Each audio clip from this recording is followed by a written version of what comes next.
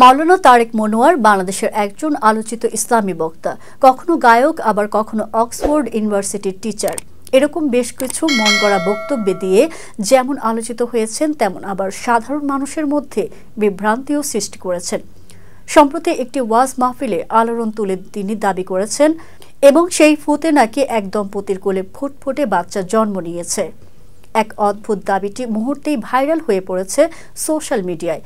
কেউ বলছেন 2.5 লাখ টাকার ফুতো আর সাধারণ ফু না, কেউ বলছেন 2.5 লাখ টাকার ফুতো আর সাধারণ ফু না, এ তো প্রিমিয়াম ফু।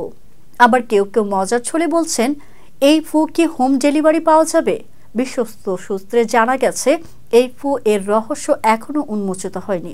বিশেষজ্ঞরা বলছেন, বিজ্ঞানের ভাষায় এই দাবির কোনো ব্যাখ্যা নেই, তবে বিশ্বাসের জগতে অনেক কিছুই সম্ভব। এই 2.5 লাখি ফুয়ের গঞ্জন নিয়ে জনমনে এখনো চলছে হাস্যরস আর কৌতূহল।